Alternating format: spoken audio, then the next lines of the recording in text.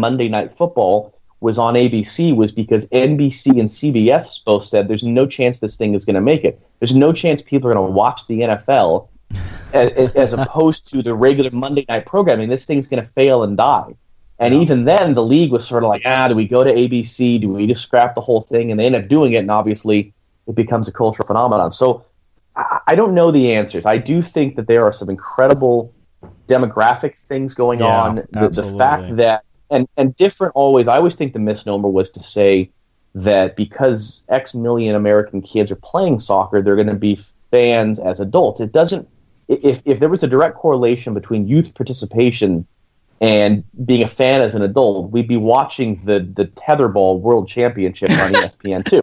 There's a difference there. You have to grow up as a fan. It's a significant difference. And the fact that you've got all these studies saying like 12 to 16-year-olds that soccer is their second favorite sport to be a fan of, never mind participation, that's the type of stuff that's really encouraging and really exciting. And I see it even around Portland. I see kids wearing Timber stuff. I see all the time. I mean, think about it, the next time you're out and about in a public setting, and I still do this, I always keep track of people I see wearing soccer stuff, hats, shirts, whatever.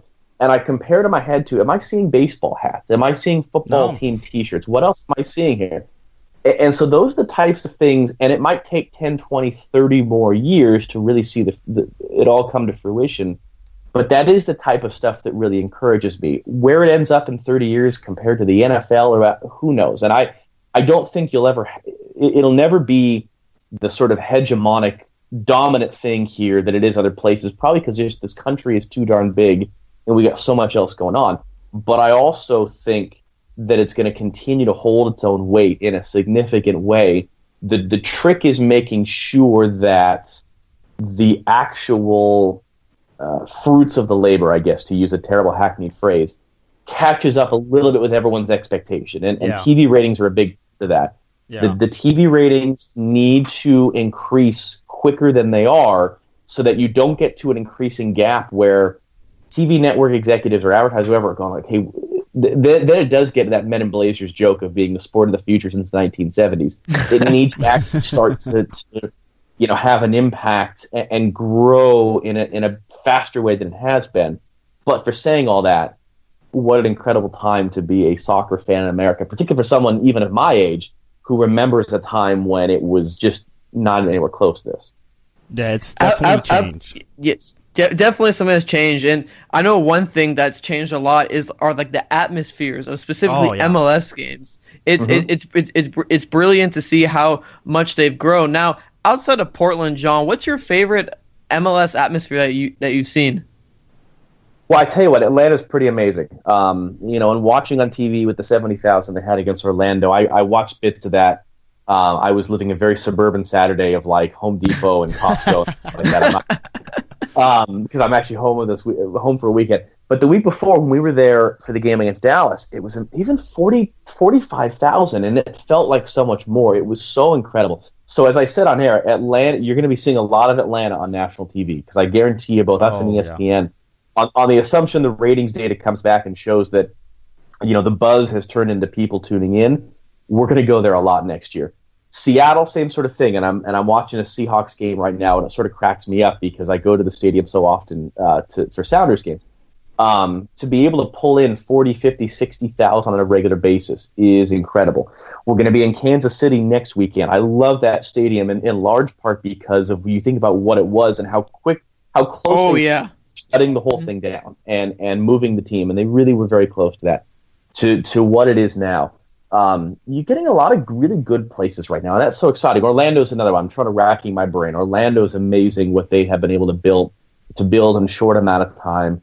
And I do think that's important. I do think that, Major League Soccer, whatever challenges they continue to have nationally from a TV rating standpoint, they're winning at the box office. They're winning in a stadium attendance standpoint. Not everywhere, and there are still some places, and they do tend to be the original teams, and that's a much larger discussion as to why, and it's not something that the people involved in those teams are ignorant to, and I have those conversations with them as we cross paths at different times.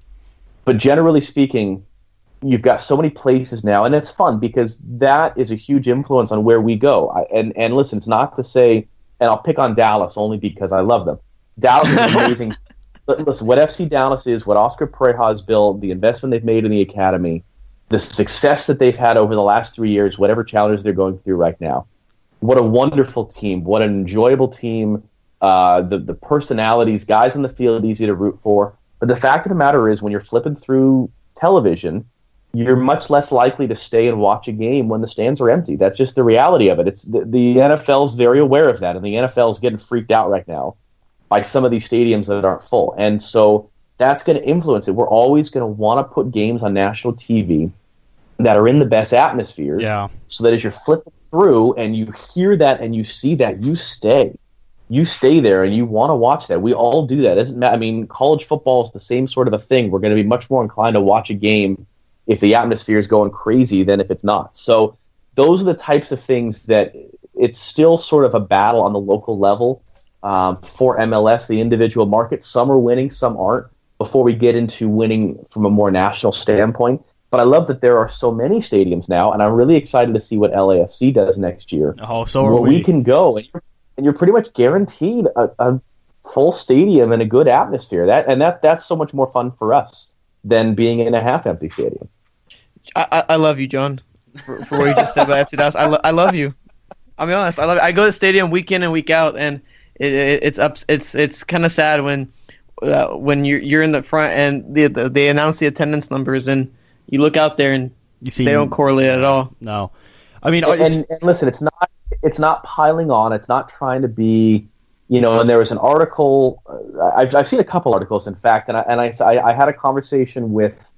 And I won't say the team. It was another MLS original team that has struggled with attendance, and I had a chat with their team president at the All-Star game, and it's the same sort of thing. Like, you're saying it with sympathy.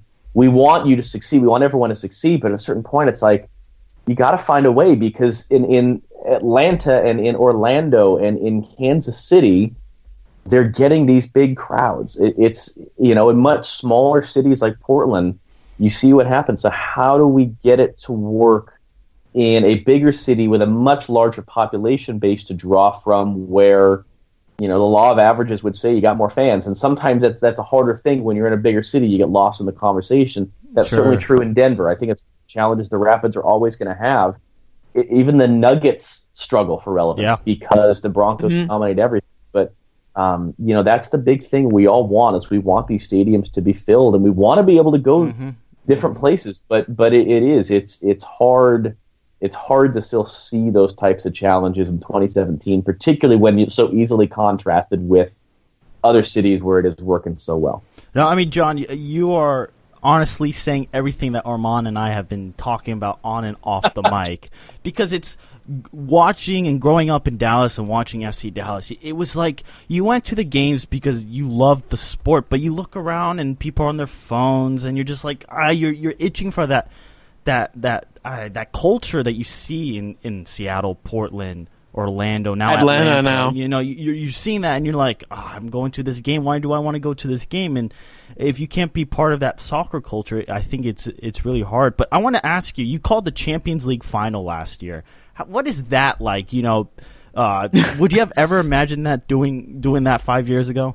Well, yeah, no, it's amazing to think about, because we just had match day 1 of the group stage, and they showed a couple of highlights of the Champions League final, and it felt like years ago to me, because we've done so much this summer between June the 3rd in Cardiff and where we are now in September, and it is surreal to think about, because it was, I would say that's one of my key bucket list things. Had you asked me 5 years ago, what's a specific list of things you want to do in your life, calling a Champions League final was absolutely one of them. And I got a small taste of it actually in 2013, my first year with Fox. That was the Bayern Munich Borussia Dortmund final at Wembley. And they actually brought me along as like a sideline reporter, and I hosted some preview stuff just to sort of be there for the experience, and it was absolutely incredible. So to now, a couple years down the road, actually get that chance, it was mind-blowing. And the fact that it was a really good final, the fact that it had one incredible goal in particular. Oh my gosh. It sounds very surreal to talk about it, because it does feel like forever ago. And we had so much happen between now and then, but to get that chance, and then we'll see what happens this coming season. I mean, it's our last season with the rights on Fox, which is devastating to so many people that have put so much in. I don't think people realize just how much, manpower, women power it takes to put the Champions League on every day, because we're putting on. It's not like we're just dumping these games with a pre-produced world feed onto an online stream. That you just write code and that you do that. I mean, this is a full TV production that we're doing for multiple games each day, plus the multi-match 90, which I got the chance to host in its first season as we were getting it off the ground a couple years ago.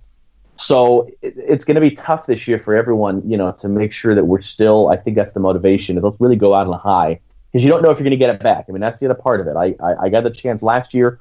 Hopefully, I'm getting the chance again this coming season, and you don't know if you're going to get it again. So that's sort of like I said earlier.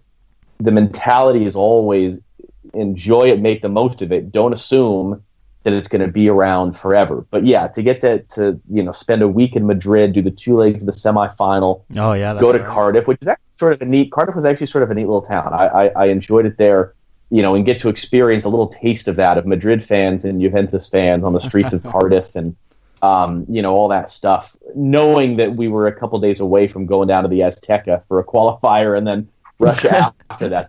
The whole sequence was just insane. So insane. Again, and that's the thing. Whether or not I get to do this for 40 years or 2 years, the fact that I've been able to accumulate some of these memories and experiences is just mind blowing.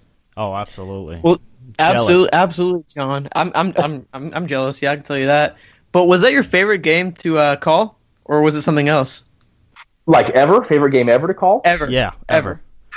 No, it was pretty cool. I think that game was stressful for me, to be honest, just because I'm still getting better at not letting the stress get to me. Like, I still have a little bit of insecurity. I still have a little bit of that. Okay, kid, don't blow it.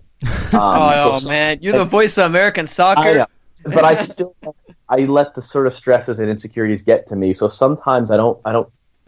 What I will say is this: I think the 2 games that do stand out to me most are last year's second leg of the Eastern Conference Championship, which was that Toronto-Montreal. Oh my gosh! Time 7-5. I mean, the whole building was shaking.